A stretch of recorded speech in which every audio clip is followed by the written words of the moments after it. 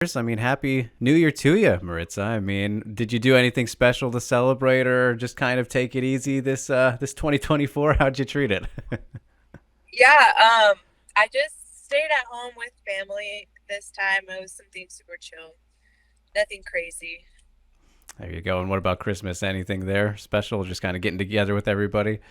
Yeah, kind of same thing for Christmas. It was pretty awesome. Like it felt like really good because I was able to actually eat. It was like right after my fight. Right. I was together with like family I hadn't seen and hung out in a while, and it was just really nice.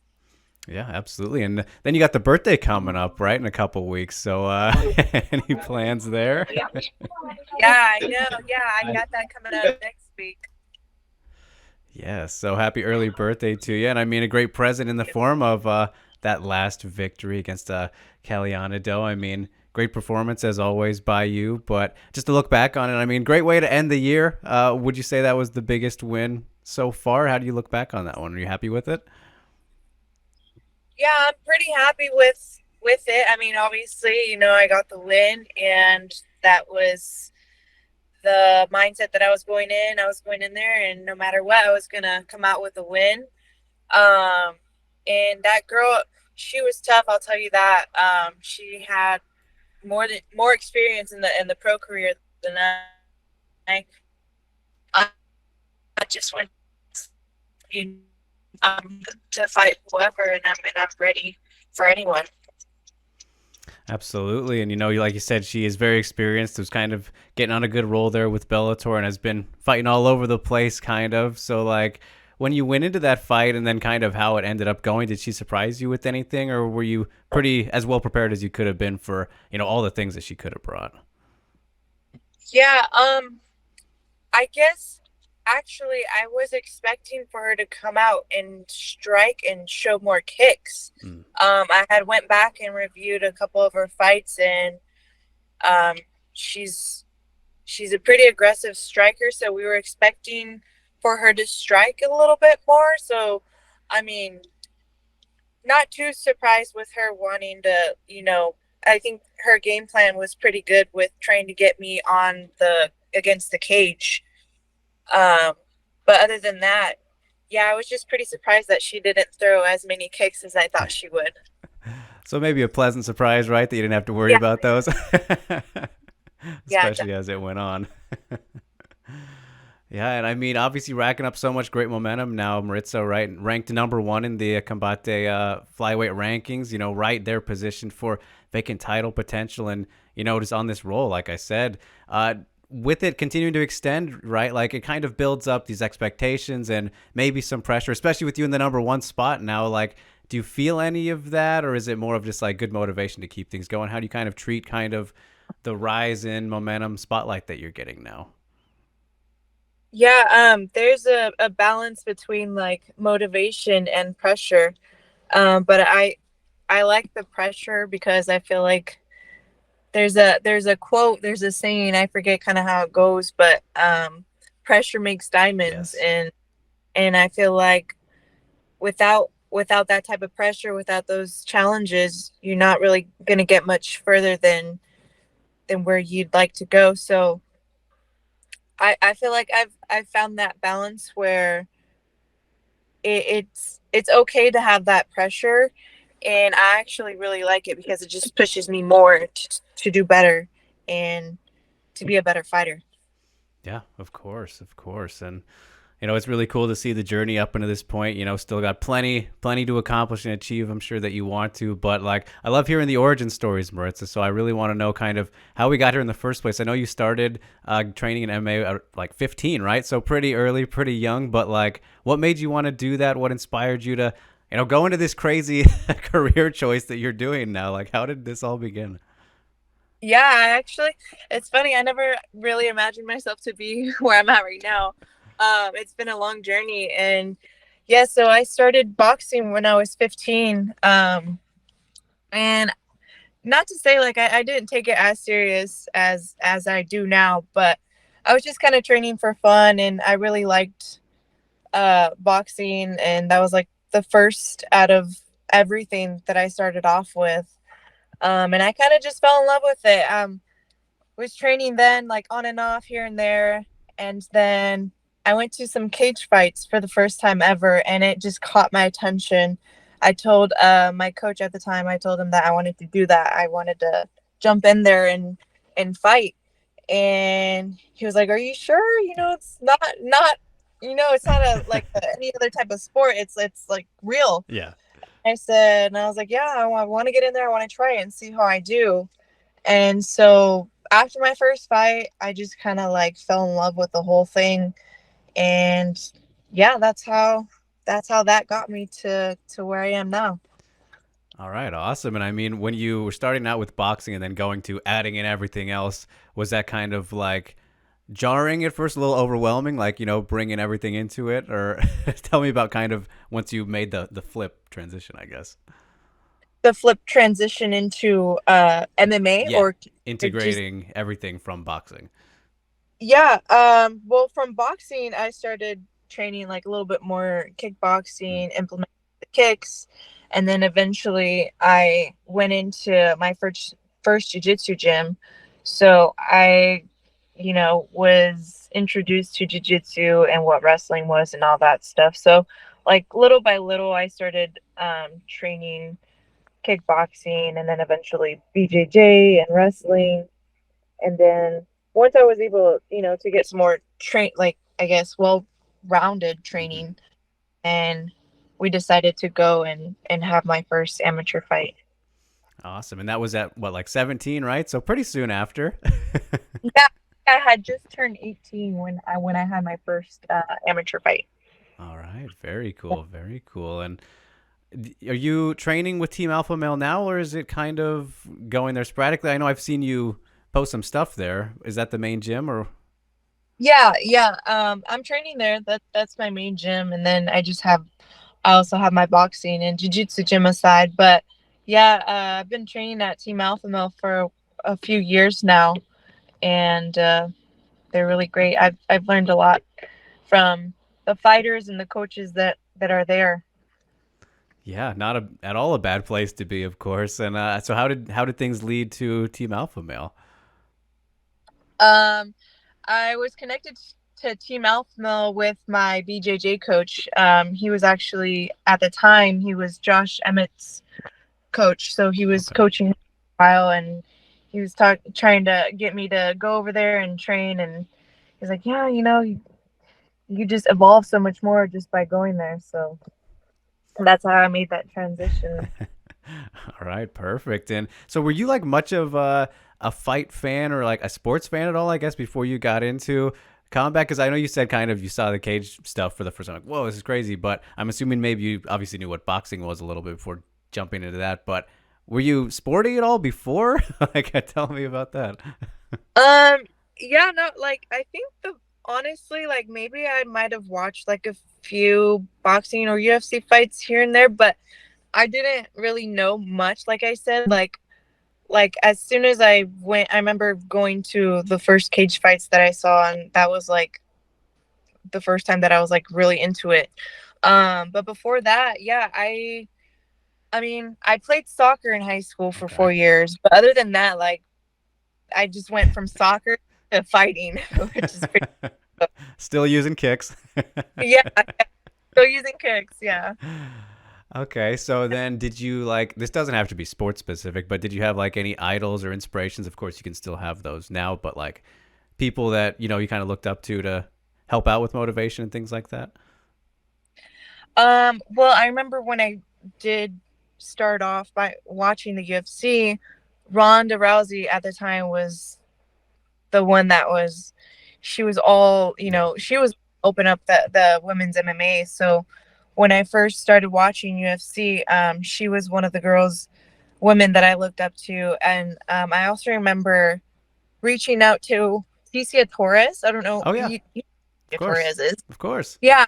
I remember I was watching her as well, and I messaged her kind of because I think this was before my first fight. And I kind of just messaged her, hoping I was like, I don't know if she's gonna Right. reply, but her to reach out. And I think I just kind of asked her for some advice. I said, hey, I'm thinking about doing my first MMA fight. Like, do you have any type of advice? And I forget what it was that she said, but she actually replied to me, and I thought it was so cool. So Yeah. yeah, I remember looking up to Ronda Rousey and Misha Tate, Tisha Torres. All right, that's awesome, and I bet it's really cool for you to see Misha still going right now. I know Tisha's not done yet, but take a little break being a mom and all that, so kind of cool. Yeah, yeah. And you're a very, very exciting fighter in the cage, Maritza. Obviously, I don't need to say that, but like very aggressive. I think that's one of the things that stands out for a lot of people. You really go for the kill out there, and for some people that just comes naturally. But for you, I'm like, where does this aggression come from? Are you got some anger issues in there? What's going on? I mean, I don't know about that. Maybe, might be a little bit right. No, I'm just kidding. Um, yeah, I don't know. It's like this just random switch that I can just turn on and off. Because I now realize that this isn't just like any type of other sport. Mhm. This is something serious, and I want to go as far as I can with it. So yeah, I don't know. I just like, I mean, I did have a rough amateur career, and I think that actually helped me a lot because I've had a couple losses then, and I was like, you know what? If I really want to do this, I don't want to keep on losing. Mhm. So that's definitely motivated and helped me a lot to where I guess I'm able to flip that switch and really go out there and just do the thing. Yeah, totally. And I'm glad you mentioned that because I wanted to ask you about the amateur career specifically having 11 total fights. And, that's a lot for amateur career. And I think just in general, amateur careers, I would say more for the women is much more of a dying breed, especially these days. I think it is for a lot of fighters, really, especially those who go far. But it can be really helpful, as you mentioned. And I just want to ask, like, having had as many as you did, like, can you even quantify the importance of how great it was to take your kind of time and build up the amateur career before being like, all right, here we go, pro all the way in? Yeah, I actually wanted to get more fights, but it was really tough to get some more fights because the amateur career, especially women's, is I feel like such a smaller region than it is like in the pros. So then after my 11th fight, I was like, okay, I think it was a title fight, and I was like, okay, after this, I get the belt, and we're gonna go pro. But yeah, it did help me a lot to get. I think 11 fights is still pretty good, and like I said, those losses helped me, Mm-hmm. and I've learned so much from those. So I'm really glad that I was able to get those amateur fights in. Yeah, definitely. And kind of touching on the losses and learning from that. I mean, you said, of course, you don't want to lose, and that was kind of a thing there. But then, of course, pro debut, that's the only loss that you have as a pro. But I'm curious, like, when you look back on that one and kind of remember that time, like, man, what was that feeling like? Was it hard, demoralizing to kind of want to continue after, like, that's the first pro fight, and you're like, damn, you want to start off on a good foot, but like, obviously it's led to great things now. But when you go back to that time, what was it kind of like going through that? Yeah, I mean, it sucked. It sucked because I did not get to show any of my fighting skills. Um, so yeah, it wasn't the greatest, outcome, but I then again, like I learned from that loss, and yeah, I don't know what else to say, but besides, like I've learned and I've grown, and I'm actually grateful for that. Like not just that loss, but all of my losses. Yeah, well, I mean, it's crazy to go from that debut fight and, have the loss there, and then you get Lobo Acosta in your next fight after that, after loss, who's kind of, a pretty notable name in Combate, of course, and you go out there, kind of spoil things, get the win there, big moment there as your first win as a pro. Like, when you look back on that moment, like, that had to be pretty good compensation, kind of wipe away what had happened before, right? Sorry, yeah, sorry, I got a bit distracted right now. But yeah, I heard you mention Loba Acosta and getting that win. Yeah, that was a great win for me. It was my first pro win, and it was cool because my family came out that night and they were able to watch it live. So, you know, it was one of the moments that I'll never forget. My first pro win in front of my family. It was pretty awesome. Yeah, can't beat that. And would you say, I mean, obviously all the wins feel great and have different reasons for why they're, good high points, but in terms of which win so far has kind of meant the most to you, would it be that one? Would it be the most recent one? Something in between? What stands out? Um, that's a good question. No, yeah. I mean, I would say that one might be the most important one just because it was my first pro win and it was such a big moment for me because I made the bounce back after my first pro loss and I was able to showcase, you know, what I was capable of rather than, going in there and coming out with another loss, which is what obviously no one wants. But Mhm. yeah, I would say that was my most memorable pro win so far. And just getting to start your career in Combate, a great platform, especially for the women too. Like, I mean, how has the overall experience been? And like, could you have imagined, maybe starting out anywhere else? Has this been kind of a perfect platform for you to start? Would you say, like, just how do you reflect on the experience so far up until this point? Yeah, it is like it was like meant to be. Like God has his ways of working things out and I'm very grateful that I've been able to work with Combate. Combate is a really great promotion and I couldn't see it any other way.